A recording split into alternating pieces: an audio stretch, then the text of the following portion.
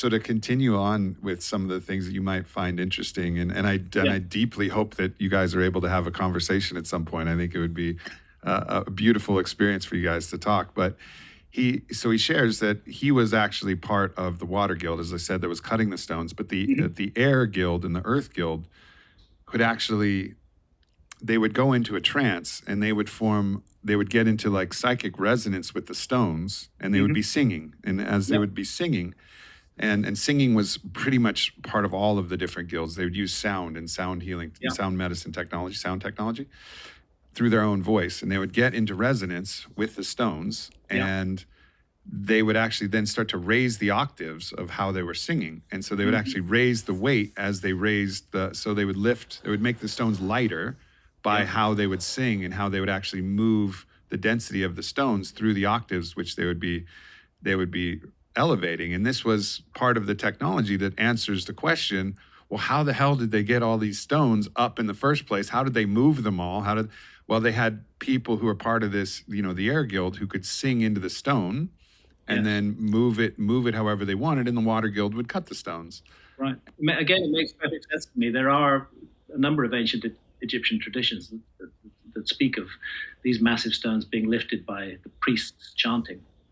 And it's not an accident that singing is also a hugely important part of the ayahuasca journey, particularly in the Amazon. The Icaros that the shamans sing there guide the journey. They're like a road through that realm.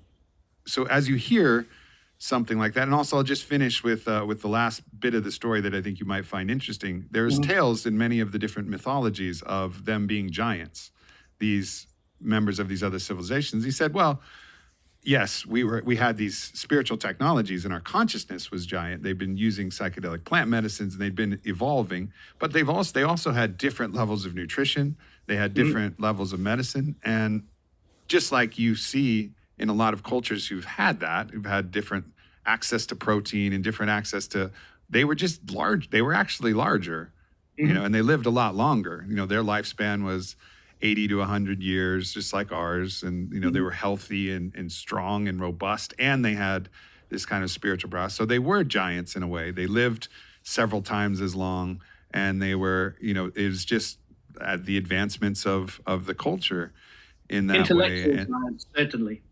Yeah, for sure. And slightly physically larger. And then, and as they went around to these different, as they re-civilized, kind of repopulated and dispersed around the world, eventually, like the question is, all right, what happened to them? Well, they just started, they started breeding and kind of interbreeding with all the local populations until eventually populations.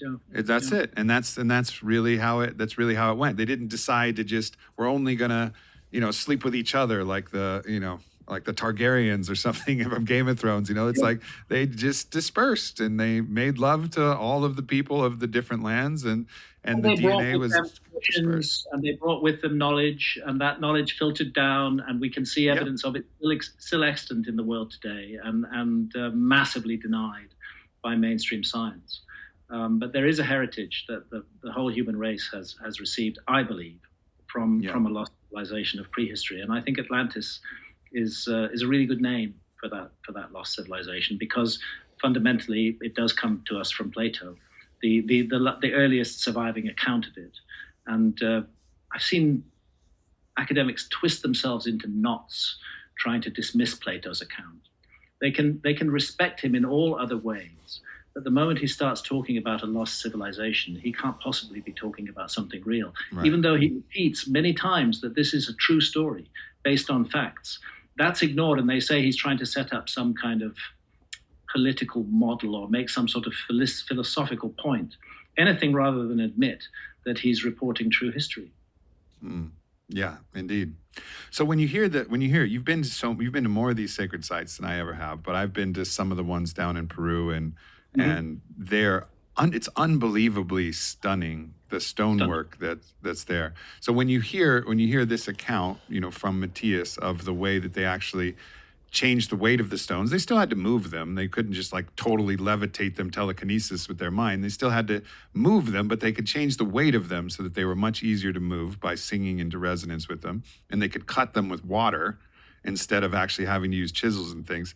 Does this make sense from what you've seen on the ground and what you've been able to put your hand on these stones and see all over the world? It makes perfect sense to me. And of course, in saying that, I know that I'm handing a hostage to fortune and giving my critics a stick to beat me with. Because of course, to speak of anything like telekinesis or telepathic powers is regarded by the academy today as complete nonsense, and it's often used. Actually, in my books, I probably don't devote more than a page across thousands of pages to that speculation.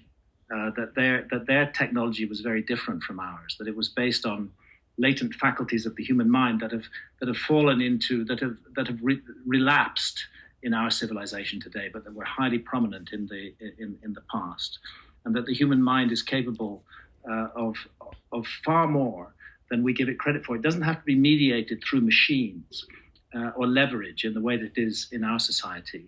The human mind can have a direct impact on physical reality. And you mentioned Rupert Sheldrake earlier, a man for whom I have deepest respect. Rupert is a real scientist, but he's a rebel. He's stood out against the academy. He stood out and presented solid scientific evidence, for example, for telepathy, which is very difficult to refute. And how do they refute it? They just ignore him and sneer at him and pour scorn upon him. So I'm very proud of Rupert that he's just kept on presenting the evidence, sticking with the facts, and pushing it in their faces to the point where it becomes ridiculous to resist it. We've all had experiences of telepathy, and it isn't absurd to suggest that ability could be magnified with training and with focus upon it. But it's difficult for it to be magnified in a society that despises such ideas, which is our society today. It's difficult for several reasons, according to Matias. As I've asked Matias, like, well, could we do this now with the proper training? And what he's saying is very much, in accord with the ideas that Rupert kind of proposes of this morphic resonance field. But he talks about this field of belief, that there's actually a field of belief that's necessary to actually hold the possibility of somebody able to do this. Now, of course, the critics and skeptics will say, oh, of course, that's a convenient excuse. But fundamentally, the interconnectivity between belief and consciousness and reality in the way that even in the quantum realms now, that, like, I think it was Hoffman who's talking about, like, local realism is being challenged. The idea that actually our observation of something is actually necessary for that thing to actually be what it actually is. And this is it builds upon the observer effect in quantum mechanics. And of course is beyond my pay grade. It's one of the exciting ways where there's a nexus with psychedelic experiences of other realms and quantum physics recognizing the probability of parallel realms, parallel universes. And what quantum physics hasn't explored yet, it hasn't got into yet, is how do we explore and map those realms? And maybe psychedelics are the answer. Spiritual cartography, I'm into it. But so ultimately what he's saying is that the field of belief, the collective beliefs, all of the observations that believe that this is possible or not, that has to be softened in order to, and allow for the possibility for this to emerge. And I actually think that this is going to return in our future as more and more people become open to these ideas. I think we're actually, in our lifetimes, going to see the return of what we would now call magic. But what they just did back then, as this was a part of the laws of their reality that they lived in, and we would call it magic now, but it will become just part of the natural order of things. Or and we I could believe say that'll come in our lifetimes. Magic is just science we don't understand. Yeah, well said. Yeah, well said. Well said. And it's another one of those words that are sneered at by the academy. Any notion of magic is dismissed, but that's also dismissing human potential in all sorts of ways. So Matias sounds like he's had some very important and very valuable experiences. I shall definitely learn more about. Yeah, happy to connect you guys, or maybe if you do make it down here to Austin, we could all get on a podcast together, and I can just sit back and smile as you guys tell stories about the ancient fast. Yeah, obviously, I'm coming to it from a different point of view. I don't personally have